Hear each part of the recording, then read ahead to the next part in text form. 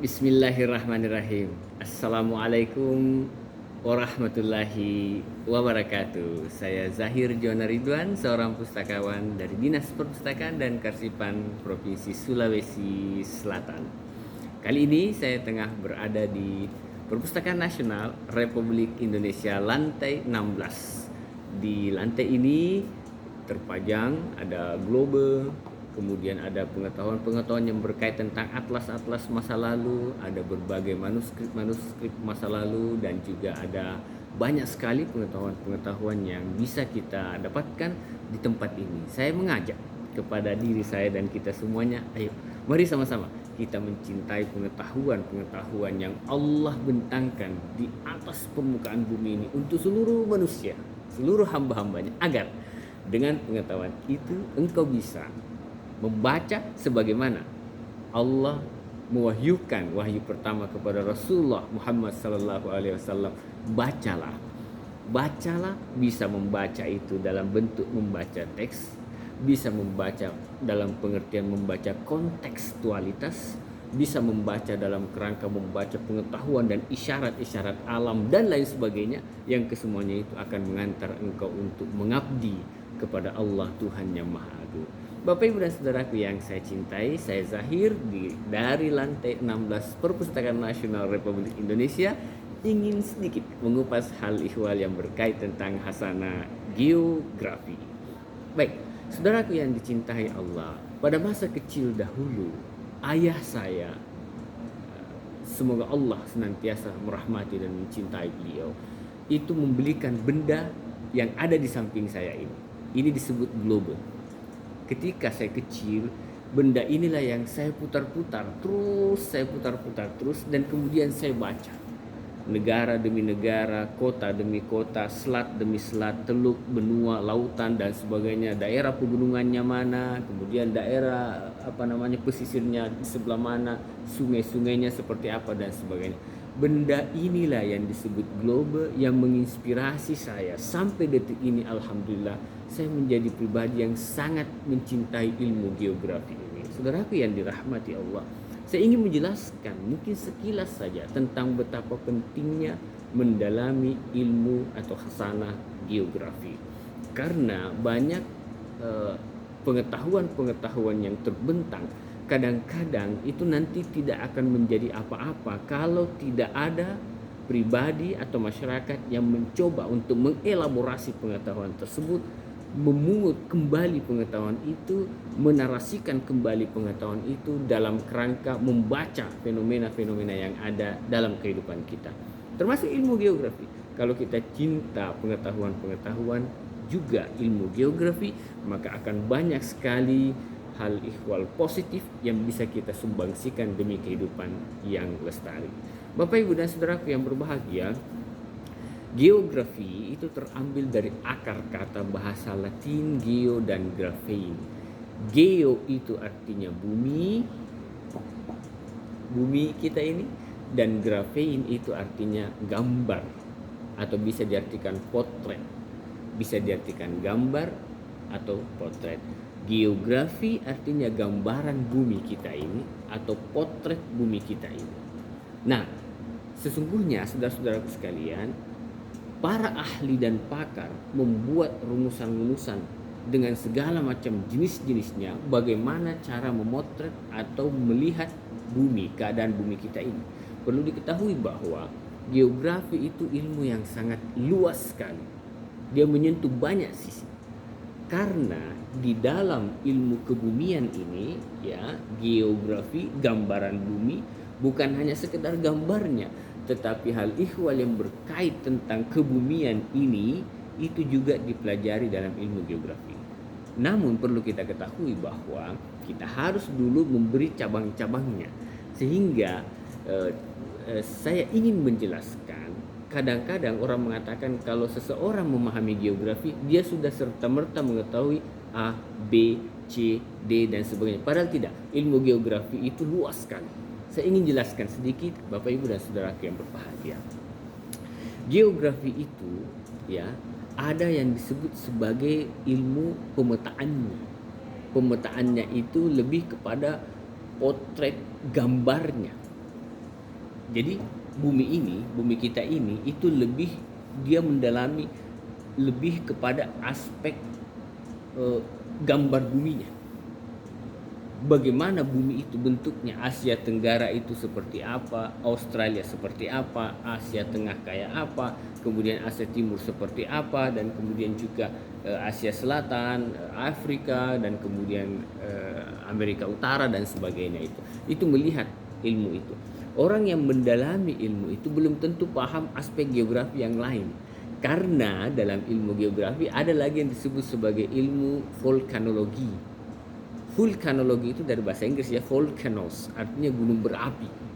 Nah, vulkanologi itu membahas ilmu yang berkait tentang gunung-gunung berapi. Vulkanologi itu bagian daripada rumpun khasana geografi. Ada lagi dalam ilmu geografi itu disebut sebagai klimatologi. Dari bahasa Inggris juga climate. Climate itu iklim.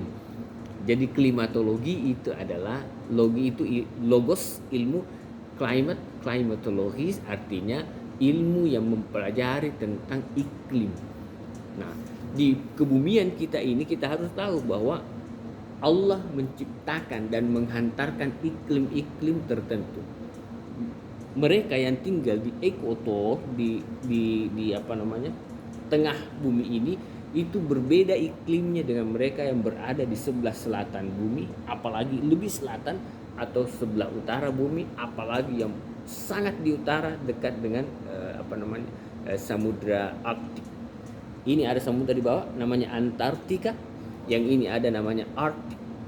Makin dekat ke Arktik atau makin dekat ke Antartika, makin dingin. Beda dengan yang di ekuator, yang di tengah ini, seperti negara kita Indonesia berada di tengah. Nah, mempelajari itu penting. Sama lagi ada dalam ilmu geografi ada yang disebut sebagai remote sensing. Remote sensing itu kira-kira begini: melihat, ya, memotret, memola gambar dari satu tempat dan bisa menyaksikan di tempat jauh di sana. Itu remote sensing. Itu ada juga dalam ilmu geografi itu, melihat.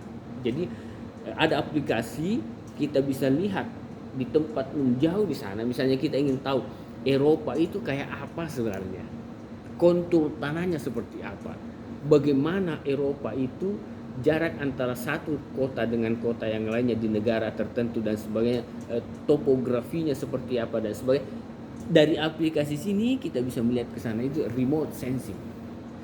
Ada lagi dalam ilmu geografi disebut kartografi. Kartografi itu menghitung jarak. Jadi dia lebih banyak memperlihatkan antara satu tempat ke tempat lainnya, satu objek ke objek yang lain, itu menghitung jaraknya. Nah, itu didekati dalam ilmu kartografi. Dan masih banyak yang lain. Saudara-saudaraku yang berbahagia, sesungguhnya ilmu geografi itu menjadi sangat penting kalau kita cermat untuk mencoba melihat dan membaca, dalam tanda petik, membaca hal ihwal pengetahuan yang ada di dalamnya, yang kemudian bisa kita elaborasi sedemikian rupa. Saya kasih gambaran dan contoh penting. Saudaraku yang dicintai Allah, contoh begini. Secara geostrategi, kalau kita melihat Indonesia, kita melihat negara kita ini, Indonesia, ini maaf sedikit agak, karena pola pengambilan gambarnya ini mirror, bercermin ya, gitu ya. Jadi gambarnya agak beda, agak kebalik gitu ya. Kalau kita melihat Indonesia ini, negara kita ini berada di Asia Tenggara. Asia Tenggara. Kalau kita cermati ilmu geografi dalam konteksnya geostrategi, maka kita akan lihat bahwa secara geopolitik negeri kita ini, Indonesia ini, itu adalah negara yang sungguh-sungguh memiliki daya tawar yang begitu luar biasa sekali. Kenapa? Karena kita tahu bahwa negara ini berada di antara dua samudra dan dua benua. Ada Australia di sini, ada Asia di sana. Ada samudra Pasifik, lautan teduh yang sangat luas sekali. Ada di sini samudra Hindia. Dan ini lautannya sangat apalagi Pasifik sangat dalam, makanya disebut samudra lautan teduh, dalam sekali dan hening. Di sini ada, di sini Hindia, di lautan Hindia, samudra Hindia. Di sini ada benua Australia, di sini ada benua Asia. Itu mengapit gugusan maritim Indonesia. Saya sudah pernah jelaskan pada beberapa kesempatan yang lalu, di Indonesia itu Anda lihat ada 4 selat yang sungguh-sungguh dilayari secara internasional dan berada di Indonesia. Satu selatnya dimiliki bersama dengan Malaysia. Ini ada Selat Malaka. Selat Malaka itu sempit, tetapi dilayari dengan kapal-kapal dengan bertonase yang begitu besarnya, dan itu pelayaran dari Asia Timur umumnya menuju ke Afrika, menuju ke barat sana, menuju ke Eropa dan lain sebagainya. Begitupun sebaliknya, melintasi ini Selat Malaka ini. Ada lagi Selat Sunda. Selat Sunda juga dilewati, tetapi kadar jumlah kuantitasnya lebih sedikit daripada yang lewat di Selat Malaka. Ada Selat Lombok. Ini barang-barang dari Australia umumnya ekspor impor menuju ke Asia Timur di sebelah utara sana, biasanya umumnya melewati Selat Lombok dan Selat Makassar.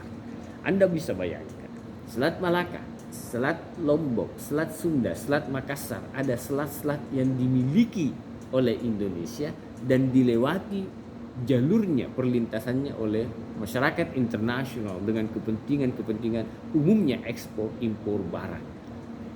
Kecuali Selat Malaka itu dimiliki bersama dengan Malaysia. Saudara-saudaraku yang berbahagia, kita tahu bahwa secara geostrategi dan geopolitik negara ini memiliki daya tawar yang luar biasa. Begitu cara kita membaca aspek geografinya. Kalau kemudian adik-adik kita, para pembelajar, masyarakat, pecinta geografi mengetahui itu, maka besar harapan saya dalam elaborasi pengetahuan yang dia pikirkan adalah tentang bagaimana mengelola aspek geopolitik dan geostrategi bangsa ini dalam kerangka memajukan dan memberi kontribusi bagi bangsa kita ini. Jangan dilihat begitu saja dia secara geostrategi, secara geopolitik, secara strategi sangat sangat luar biasa negeri, tapi kita nggak berbuat apa-apa. Kan sayang rasanya. Itu oleh karena itu, saudara-saudaraku yang dicintai Allah, mari sama-sama kita mencoba membaca ulang geografi itu dalam kerangka bagaimana kita menyusun kekuatan-kekuatan yang ada setidaknya di tubuh bangsa ini, untuk kemudian kita gaungkan dan kita suarakan keluar bahwa negara ini memiliki daya tawar secara geopolitik maupun secara geostrategi. Saudara-saudaraku yang dicintai Allah, itu sekelumit hal yang sangat barangkali yang bagian daripada memahami makna geografi. Saya kasih contoh lainnya, saudara-saudaraku yang berbahagia. Kalau kita melihat dalam kerangka bagaimana membaca geografi dan kontur tanahnya, membaca aspek-aspek dari peluang-peluang dan potensi daripada sumber-sumber daya alamnya, juga bisa dalam meneropong dengan menggunakan ilmu geografi, ya kan? Kita bisa melihat bagaimana kalau kita membaca katakanlah Indonesia ini adalah negara dengan segudang potensi-potensi mineral dan sumber daya alam yang begitu luar biasa sekali, dan ini sejatinya harus kita cermati baik-baik, termasuk para pemimpin kita di semua level harus mengetahui hal itu. Anda tahu negara kita ini yang luar biasa, anugerah dari Allah yang maha belas kasih sudah memberikan kepada kita negara yang begitu rupa, begitu indah, begitu potensinya begitu besar, letaknya begitu strategis, kemudian jumlah penduduknya yang banyak, potensi kekayaan sumber alamnya dan sebagainya sangat luar biasa. Saya angkat beberapa hal. Timah. Indonesia adalah penghasil timah. Kalau saya tidak keliru 3 besar di dunia. Kalau tidak keliru, nomor 1 itu kalau bukan Malaysia, Indonesia. Kalau bukan Indonesia, Malaysia. PT Timah adalah salah satu perusahaan ternama dan salah satu yang terbesar di dunia. Bukan di Asia loh, di dunia. dan ada kantor pusatnya ada di sini di Bangka Belitung, karena Bangka Belitung itu adalah pulau yang kekayaan cadangan timahnya sangat berlimpah. Kalau membaca geografi tahu itu, kalau tahu itu kita akan mencermati, oh di mana itu Bangka Belitung, kan gitu tuh. Iya, jangan sampai kita tidak tahu itu. Apalagi saya mau beritahukan kepada Anda, gas alam. Kekayaan gas alam kita itu ada sebagian di Kalimantan, ada di Sumatera bagian timur, ada di Papua agak bagian barat, dan beberapa tempat yang lainnya. Geotermal, panas bumi, Jawa Barat termasuk yang terbaik. Nikel, Sulawesi, khususnya Sulawesi Selatan, Tenggara, dan Tengah. Kemudian apalagi? Damar, kekayaan hutan, kayunya. Kalimantan cukup bagus, Papua cukup bagus, beberapa tempat di Sumatera dan Sulawesi juga cukup bagus. Kontur tanahnya dan kesuburan tanahnya, Pulau Jawa memegang peranan penting dalam hal itu. Pulau Jawa itu tanahnya sangat subur, Bapak Ibu. Apalagi emas dan tembaga ada di Papua, di daerah sini nih, di dekat Carlsberg itu luar biasa sekali. Kemudian ada yang disebut the coral triangle, triangle coral, segitiga karang dunia. Itu kalau kita tarik dari Mindanao Filipina terus ke sebelah sini barat Sumatera, tarik ke arah timur sana, ketemu ketemu Kepulauan Solomon, naik lagi ke atas sampai Mindanao, itu a coral, the triangle coral, the triangle coral. Jadi ada karang dunia, bentuknya kayak segitiga begitu, gugusan karang dunia itu, dan sebagian besar itu adalah letaknya di Indonesia.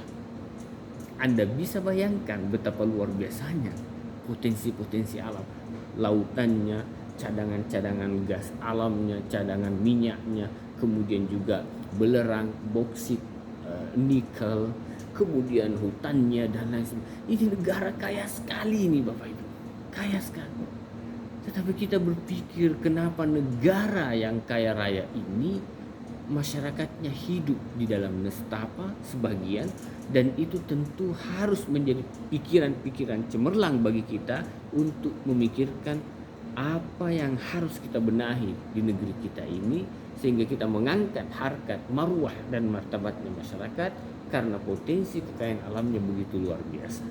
Saya ingin sekali kita semuanya menjadi pemikir-pemikir cemerlang dalam memotret, melihat, dan memberi sumbangsi terbaik bagi perjalanan bangsa kita, dengan cara setidak-tidaknya secara geografi kita melihat tentang gugusan maritim negeri kita Indonesia ini, dengan cara membaca, melihat potensinya, membaca ulangnya, mengelaborasinya, dan kemudian memberikan sumbangsi terbaik apa yang mampu kita berikan untuk bangsa besar ini.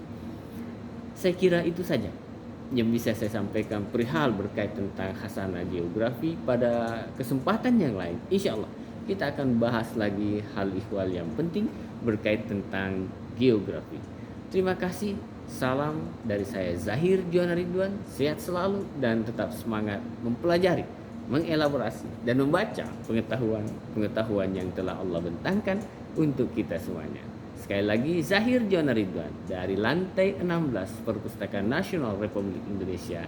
Terima kasih untuk Anda semuanya. Assalamualaikum warahmatullahi wabarakatuh.